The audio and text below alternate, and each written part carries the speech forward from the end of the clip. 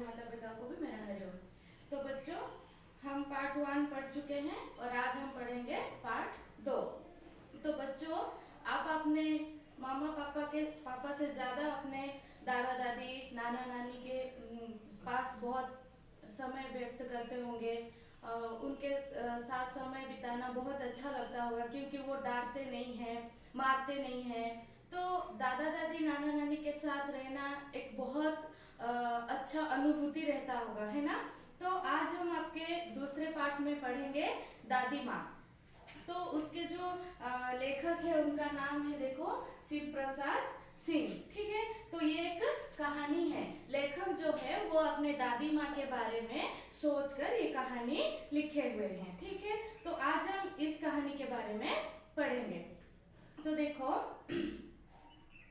कमजोरी ही है अपनी, पर सच तो ये है कि जरा सी कठिनाई पड़ते बीसों गर्मी बरसात और बसंत देखने के बाद भी मेरा मन सदा नहीं तो प्राय अनमना सा हो जाता है। तो लेखक बोलते हैं कि ये मेरी कमजोरी है, जो कि मैं बहुत कुछ देखने के बाद भी मेरा मन थोड़ा सा अनमना सा रहता है। ठीक है, मेरे शुभचिंतक मित्र मुंह पर मुझे प्रसन्न करने के लिए आने वाली छुट्टियों की सूचना देते हैं और पीठ पीछे मुझे कमजोर और जरा सी प्रतिकूलता से घबरा जाने वाला कहकर मेरे मजाक उड़ाते हैं। तो लेखक ये बोलते हैं कि मेरे शुभचिंतक जो दोस्त है, मित्र जो है, वो कहते हैं कि वो उनको सामने से प्रसन्न करने के लिए, खुशी करने के लिए कहते हैं कि आगे बहुत सारी छुट्टियां हैं, आगे मजा करेंगे, मस्ती करेंगे, ये सारे बातें बोलकर उनको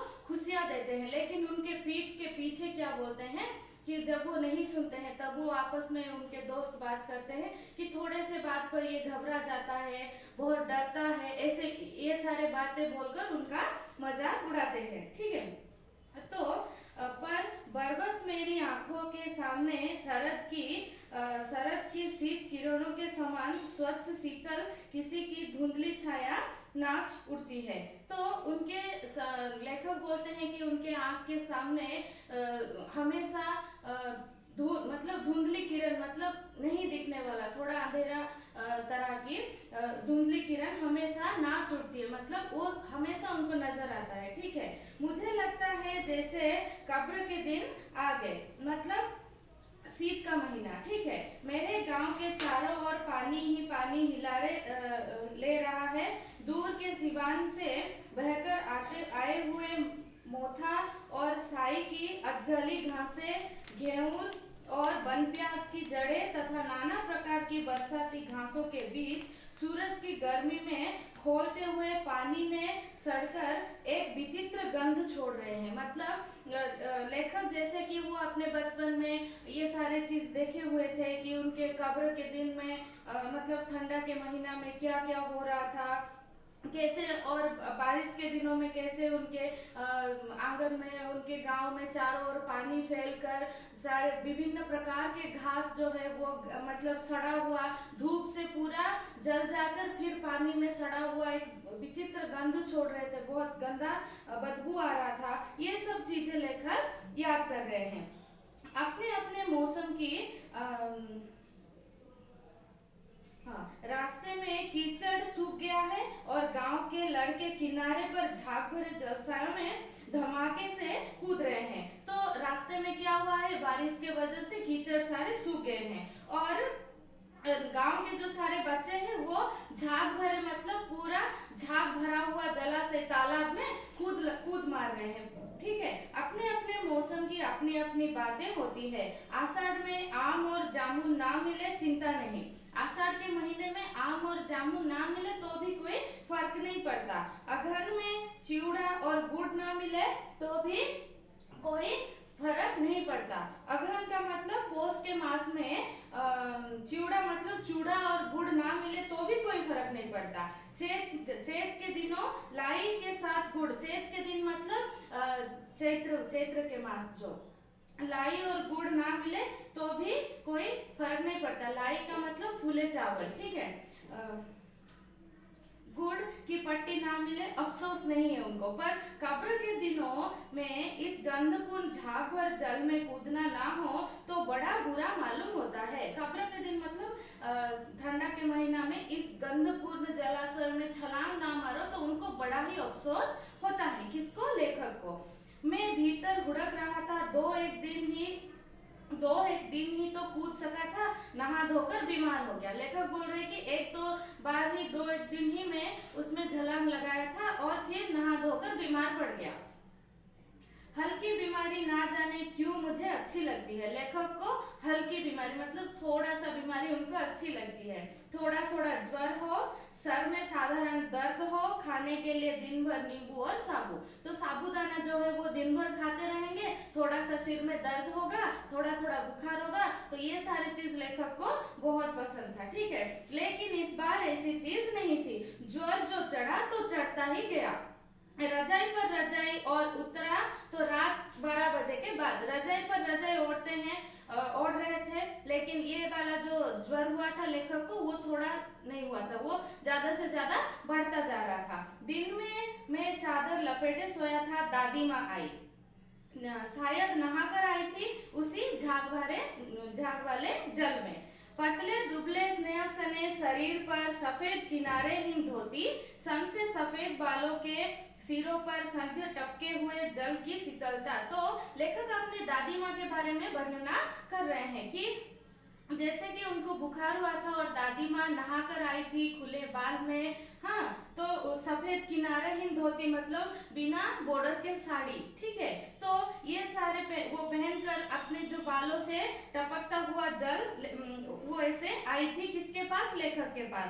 आते ही उन्होंने सर पेट छुए, आंचल की गांठ खोले, किसी अदृश्य शक्तिधारी के चबूतरे की मिट्टी मुंह में डाली, माथे पर लगाई। तो दादी माई अपने साड़ी के गांठ खोले, आंचल के गांठ खोलकर क्या एक मिट्टी की तरह कुछ उनके लेखक के मुंह में डाला और माथे पे भी लगाई। दिन रात चारपाई के पास बैठी रहती, कभी पंखा झलती, कभी जलते हुए हाथ पैर कपड़े से सहलाती, सर पर दालचीनी का लेप करती और 20 बार छू छू कर ज्वर का अनुमान करती। तो जो जहाँ पर लेखक सोए हुए थे उसके लेखक के सिर के पास बैठकर बार बार उनको उनके पेट को छूना, सिर को छूना, उनको दालचीनी का लेप देना, ये सारे काम कर करके वो लेखक के पास बैठी रहती हमेशा। ठीक है, हांडी में पानी आया कि नहीं, उसे पीतल की छाल से झोंका कि नहीं, खिचड़ी में मूंग की दाल एकदम मिले तो नहीं गए, मिल गए कि नहीं, ये सारी चिंता दादी माँ को थी। कोई बीमार के घर में सीधे बाहर से आकर तो नहीं चला गया, आदि लाखों प्रश्न पूछ कर घर वालों को परेशान कर देती। कौन? दादी। ठीक है, दादी माँ को गंबई गांव की 50 किस्म की दवाओं के नाम याद थे। ठीक है, गांव में कोई बीमार होता उसके पास पहुंच जाती और वहां भी वही काम, हाथ छूना, माथा छूना, पेट छूना, फिर भूत से लेकर मलेरिया, सरसा, निमोनिया तक का अनुमान विश्वास के साथ सुनाती। तो दादी माँ को 50 बीमारियों के नाम के साथ साथ 50 दवाइयों के नाम भी याद थे और गांव में जो भी बीमार पड़ता था दादी माँ वहां पर पहुंच जाती और उनके बीमारियों का हल बताकर आती। ठीक है, महामारी और विसूचिका के दिनों में रोज सवेरे उठकर स्नान के बाद लवंग और गुड़ मिश्रित जलधार, गुग्गल और धूप। तो महामारी मतलब जो बीमारी चारों ओर फैल जाती है, जैसे कि हमारा अभी कोरोना वायरस और विसूचिका मतलब अछूत की बीमारी। ठीक है, तो ये सारे दिन तो इन दिनों दादी माँ सवेरे उठकर स्नान करने के बाद लवंग गुड़ और धूप देना ये सारे काम करती रहती थी। ठीक है, सफाई कोई उनसे ही सीखे। दवा में देर होती, मिश्री या शहद खत्म हो जाता, चादर या गिलाफ नहीं बदले जाते तो वे जैसे पागल ही हो जाती। ठीक है, तो उनके पास अगर दवाइयों की कोई चीज खत्म हो जाती या फिर घर साफ सुथरा नहीं होता, बीमारियां कोई घर सीधा अंदर तो नहीं आ गया, ये सारे चिंता दादी हमेशा करती रहती थी। तो बुखार तो मुझे अब भी आता है, नौकर पानी दे जाता है, मेष महाराज अपने मन से पकाकर खिचड़ी या साबू खिलाते हैं, डॉक्टर साहब आकर नाड़ी देख जाती है और कुनेन मिक्सचर की शीशी की तिताई के डर से बुखार भाग जाती है। पर न जाने क्यों ऐसे बुखार को बुलाने का जी नहीं करता। जैसे कि लेखक को थोड़ा थोड़ा बुखार पसंद था। क्यों पसंद था? क्योंकि दादी उनके सेवा करती थी। तो अब क्या है, अब भी लेखक को बुखार आता है, लेकिन अभी उनको महाराज लोग आते हैं, नौकर चाकर पानी दे जाते हैं, उनके मन के जो भी वो चाहते हैं वो खाना बनाते हैं, लेकिन दादी माँ साथ नहीं है ना, इसीलिए लेखक को ये वाला बुखार पसंद नहीं है। किशन भैया की शादी ठीक हुई। तो लेखक के एक भैया थे जो उनका नाम था किशन भैया। किशन भैया की शादी ठीक हुई। दादी माँ के उत्साह और आनंद का क्या कहना। दादी माँ तो बहुत खुश हो गए। दिन भर गायब रहती, सारा घर जैसे उन्होंने सर पर उठा लिया हो। ठीक है, दिन भर गायब रहती दादी माँ, जैसे कि उन्हें बहुत सारा काम है। पड़ोसन आती, बहुत बुलाने पर दादी माँ आती। पड़ोसन आती है, दादी माँ को बुलाओ, दादी माँ को बुलाओ, फिर वो नहीं आती। बहुत ज्यादा बुलाने के बाद घर आती थी।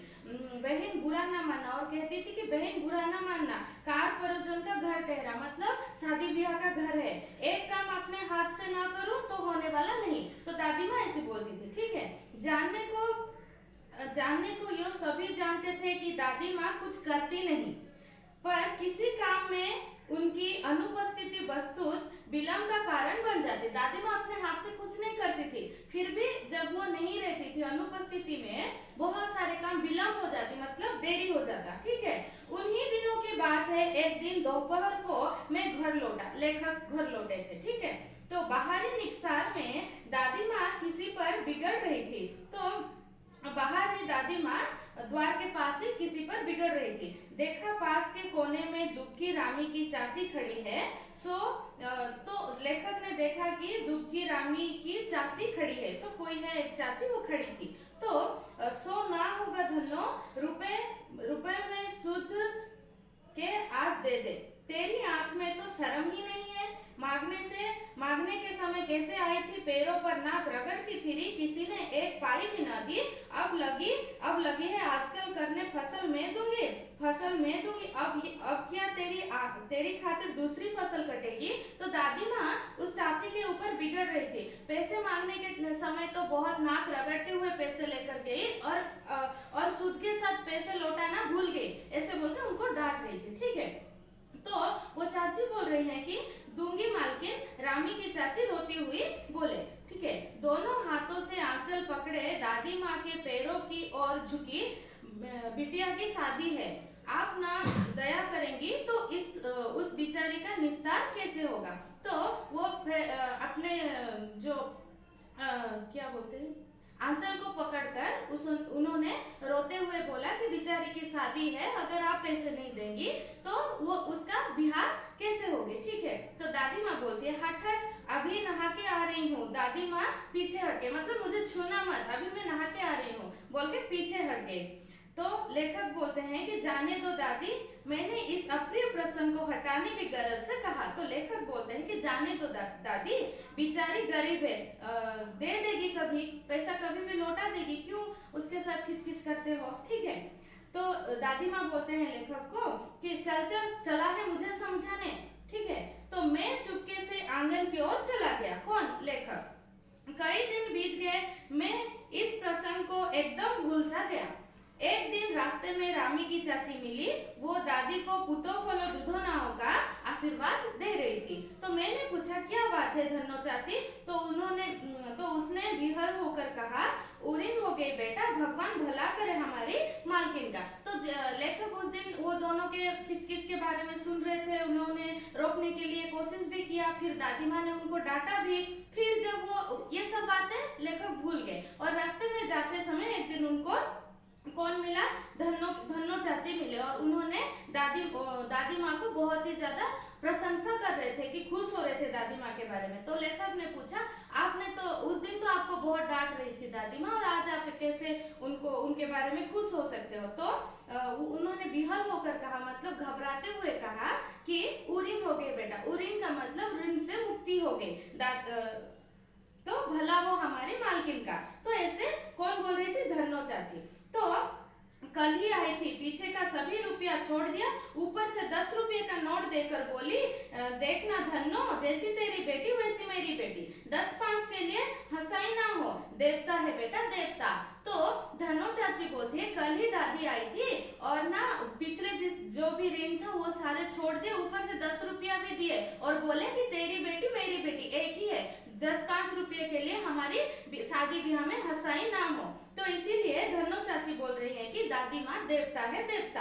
तो उस रोज तो बहुत डांट रही थी। मैंने पूछा, किसने पूछा? लेखक ने पूछा। किसको? धन्नो चाची को। वो तो बड़े लोगों का काम है बाबू, रुपया देकर डांटे भी ना, लाभ क्या? तो पैसे देकर डांटे भी ना, ऋण भी मुक्त करते तो उसके लाभ क्या? कौन बोले? धन्नो चाची। मैं मन ही मन इस तर्क पर हंसता हुआ आगे बढ़ गया। कौन? लेखक। किशन के विवाह के दिनों की बात है। विवाह के 4-5 रोज पहले से ही औरत रात रात भर गीत गाती है। विवाह की रात को अभिनय भी होता है। तो विवाह के घर में, शादी ब्याह के घर में तो बहुत ज्यादा मजाक मस्ती होता है। यह प्राय एक ही कथा का हुआ करता है।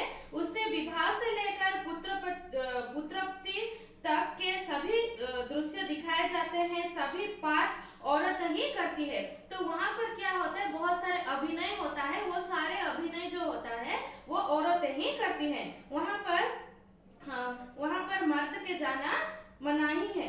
तो मैं बीमार होने के कारण बारात में ना जा सका।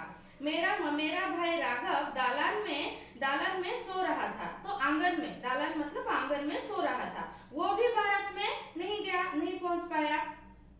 औरतों ने उस पर आपत्ति की, उन दोनों पर औरतों ने आपत्ति की। ठीक है। दादी माँ बिगड़ी, लड़के से क्या पर्दा, लड़के और ब्रह्मा का मन एक सा होता है। तो दादी माँ को थोड़ा लड़कों ज्यादा अच्छे लगते हैं, तो वो बोलती है कि लड़कों और ब्रह्मा एक जैसे होते हैं। ठीक है। मुझे भी पास ही एक चारपाई पर चादर उड़ाकर दादी माँ ने चुपके से सुला दिया था, क्योंकि लेखक बीमार थे, बाराती में नहीं जा पाए थे। बड़ी हंसी आ रही थी, सोचा कहीं जोर से हंस दूं। दादी माँ उनको छिपाकर सोए थे एक चादर उड़ाकर। ठीक है। भेद खुल जाए तो निकल बाहर क्या जाऊंगा, पर भाभी की बात पर हंसी रुक न सकी और भंडा फोड़ गया। तो क्या हुआ कि दादी माँ उनको छुपाकर सोए थे चादर ओढ़ाकर। तो सारे औरतों के बात सुनकर लेखक अपने हंसी पर दबाव नहीं डाल सके और जोर से हंस दिए और भांडा फूट गया। ठीक है। तो देबू की माँ ने चादर खींच ली। कहो दादी, यह कौन बच्चा सोया है, बेचारा रोता है, शायद दूध तो पिला दो। हाथापाई शुरू हुई। दादी माँ बिगड़ी, लड़के से क्यों लगती है। तो ऐसे में दोनों में जो चादर खींचा उससे और दादी माँ दोनों झगड़ने लगे कि लड़को इसको बुखार है, क्यों उसको लगती है। ठीक है। सुबह रास्ते में देबू की माँ मिली। कल वाला बच्चा भाभी, मैं वहां से जोर से भागा और दादी माँ के पास जा खड़ा हुआ। तो वस्तु किसी प्रकार का अपराध हो जाने पर जब हम दादी माँ की छाया में खड़े हो जाते, अभयदान मिल जाता। तो जैसे भी जो भी लेखक बदमाशी करते हैं या फिर उन्हें कोई छेड़ता है, तो वो क्या करते हैं, दादी माँ के पीछे जाकर खड़ा हो जाते हैं, तभी उनको अभयदान मतलब उनको प्राणदान जैसे मिल जाता था। ठीक है। स्नेह मतलब उनका जो भय होता था वो चला जाता था। स्नेह और ममता की मूर्ति दादी माँ की एक एक बात आज कैसी कैसी मालूम होती है। परिस्थितियों का बात्या चक्र जीवन को सूखे पत्ते सा कैसा नचाता है, इसे दादी माँ खूब जानती है। दादा की मृत्यु के बाद से ही वे बहुत उदास रहती। संसार उन्हें धोखे की टट्टी मालूम होता। दादा ने उन्हें स्वयं जो धोखा दिया, वे सदा उन्हें आगे भेजकर अपने पीछे जाने की झूठ बात कहा करते थे। हाँ, तो क्या हुआ कि दादी माँ स्नेह और ममता की भंडार थी। वो सबको बहुत ज्यादा प्यार करती थी और लेखक को तो बहुत ही ज्यादा। ठीक है। लेकिन दादा के मृत्यु के बाद दादी माँ थोड़ा सा उदास रहती, क्योंकि दादा हमेशा बोलते थे कि मतलब दादी माँ उनको बोलते थे कि मैं पहले मरूंगी फिर उसके बाद आप मरना, लेकिन दादा पहले मर गए थे, इसीलिए दादी को इस बात का दुख था। ठीक है। दादी की मृत्यु के बाद कुकुर मुत्ते की तरह बढ़ने वाले मुंह में राम, बगल में छुरी वाली दोस्तों की शुभचिंता ने स्थिति और भी डब्बा डोल कर दी, मतलब कुकुर मुते मतलब मशरूम छत्तू, ठीक है। तो जैसे कि मशरूम जो छत्ता जो बढ़ता है, उसी तरह दादी माँ हाँ, तो बहुत सारे लोग आते थे, क्या बोलते, जब दादा मर गए थे तो बहुत सारे लोग आकर दादी माँ को सांत्वना देते थे, लेकिन उनके काम कोई नहीं आता था, ठीक है। दादा के श्राद्ध में दादी माँ के मना करने पर भी पिताजी ने जो अतुल संपत्ति व्यय की, वो घर की तो नहीं थी। तो दादा के मृत्यु के बाद, दादी माँ के मना करने के बाद भी उनके बेटे जो है, लेखक के पिताजी जो थे, वो घर के सारे संपत्ति वहां पर खर्च कर दिए थे, जो कि घर का नहीं था, ठीक है। दादी माँ अक्सर उदास रहा करती थी। माघ के दिन थे, कड़ाके के जाड़ा पड़ रहा था, बचवा का सन्नाटा और पाले की शीत हड्डियों में घुसी पड़ती, ठीक है। तो दादी माँ अक्सर उदास रहती। माघ के महीने था तो ठंडा का महीना, कड़ाकेदार ठंडा जाड़ा पड़ रहा था, मतलब बहुत ज्यादा सर्दी हो रही थी। बचवा के सन्नाटा और पाले की शीत हड्डियों में घुस रही थी, ठीक है। तो शाम को मैंने देखा दादी माँ गीली धोती पहने कोने वाले घर में एक संदूक पर दिया जलाए हाथ जोड़कर बैठी है। तो शाम को दादी माँ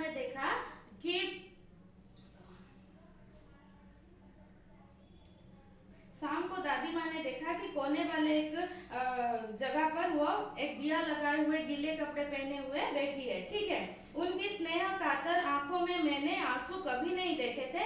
मैं बहुत देर तक मन मारे उनके पास बैठा रहा। उन्होंने आंखें खोली। दादी माँ, मैंने धीरे से कहा। लेखक भी दादी माँ के पास जाकर बैठ गए और उनको पूछे, जब वो आंखें खोले तो उन्होंने कहा, दादी माँ क्या है रे, तू यहाँ क्यों बैठा है? किसने बोला? दादी माँ ने। दादी माँ, एक बात पूछूं, बताएगी ना? मैंने उनकी स्नेहपूर्ण आंखों की ओर देखा। क्या है, पूछ। तुम रोती थी? दादी माँ मुस्कुराए। पागल, तूने अभी खाना भी नहीं खाया ना? चल चल, धोती तो बदल लो दादी माँ, मैंने कहा। किसने कहा? लेखक ने दादी माँ को कहा। मुझे सर्दी गर्मी नहीं लगती बेटा, वे मुझे खिंचती रसोई में ले गई। तो दादी माँ ने उनको खींचते हुए रसोई में ले गए। सुबह मैंने देखा चारपाई पर बैठे पिताजी और किशन भैया मन मारे कुछ सोच रहे हैं। दूसरा चारा ही क्या है? बाबू बोले, रुपया कोई देता नहीं। कितने के तो अभी पिछले भी बाकी है। वे रोने रोने से हो गए। तो वो उन दोनों ने देखा कि पिताजी और किशन भैया बैठकर पैसे के बारे में बात कर रहे हैं कि घर में पैसा नहीं है, और वो रोने रोने से हो गए। तो रोता क्यों है रे? दादी माँ ने उनका माथा सहलाते हुए कहा, मैं तो अभी हूँ ही, तो मैं अभी हूँ, तू रोता क्यों है? उन्होंने संदूक खोलकर एक चमकती सी चीज निकाली। तेरे दादा ने ये कंगन मुझे इसी दिन के लिए पहनाया था। उनका गला भराया, मैंने इसे पहना नहीं, इसे सहज कर रखती आई हूँ। यह उनके वंश की निशानी है। उन्होंने आंसू पोंछकर कहा, पुराने लोग आगा पीछा सब सोच लेते हैं बेटा। तो दादी माँ ने अपने संदूक से एक चमकती हुई चीज निकाली और वो अपने बेटे को दे दिया कि इसी दिन के लिए मैं इसे संभाल के रखी हुई थी। तो इसको सचमुच मुझे दादी माँ साप भ्रष्ट देवी सी लगी। तो लेखक को दादी माँ बहुत देवी जैसे अनुभव हुआ। तो धुंधली छाया विलीन हो गई। मैंने देखा दिन काफी चढ़ाया है। पास के लंबे खजूर के पेड़ से उड़कर एक कौवा अपनी घिनौनी काली पंख फैलाकर मेरी खिड़की पर बैठ गया। हाथ में अब भी किशन भैया का पत्र काम रहा है। काली चिट्ठियों से कातरें धूमिल हो रही है। आंखों पर विश्वास नहीं होता। मन बार बार अपने से पूछ बैठता है, क्या सचमुच दादी माँ नहीं रही? तो ये सब बातें सोचते हुए लेखक बैठे हुए थे। तब क्या हुआ कि उनकी खिड़की पर एक काली सी कौवा आकर बैठ गया और पंख फड़फड़ाने लगा। तो चारों ओर धुंधली चिट्ठियों की जैसा उनको नजर आया, धुंधली छाया नजर आया। तभी लेखक को विश्वास नहीं होता। वो सोच रहे हैं, क्या वो जो प्यारी सी देवी वाली जो ममता की भंडार, वो जो दादी माँ थी, क्या अब सचमुच वो नहीं रही? तो लेखक अभी उसी चिंता में बैठे हुए थे। तो हमारी जो दादी माँ कहानी खत्म हो गया। मैं आशा करती हूँ कि आपको ये कहानी पसंद आया होगा। तो आज के लिए इतना ही। हरिओम।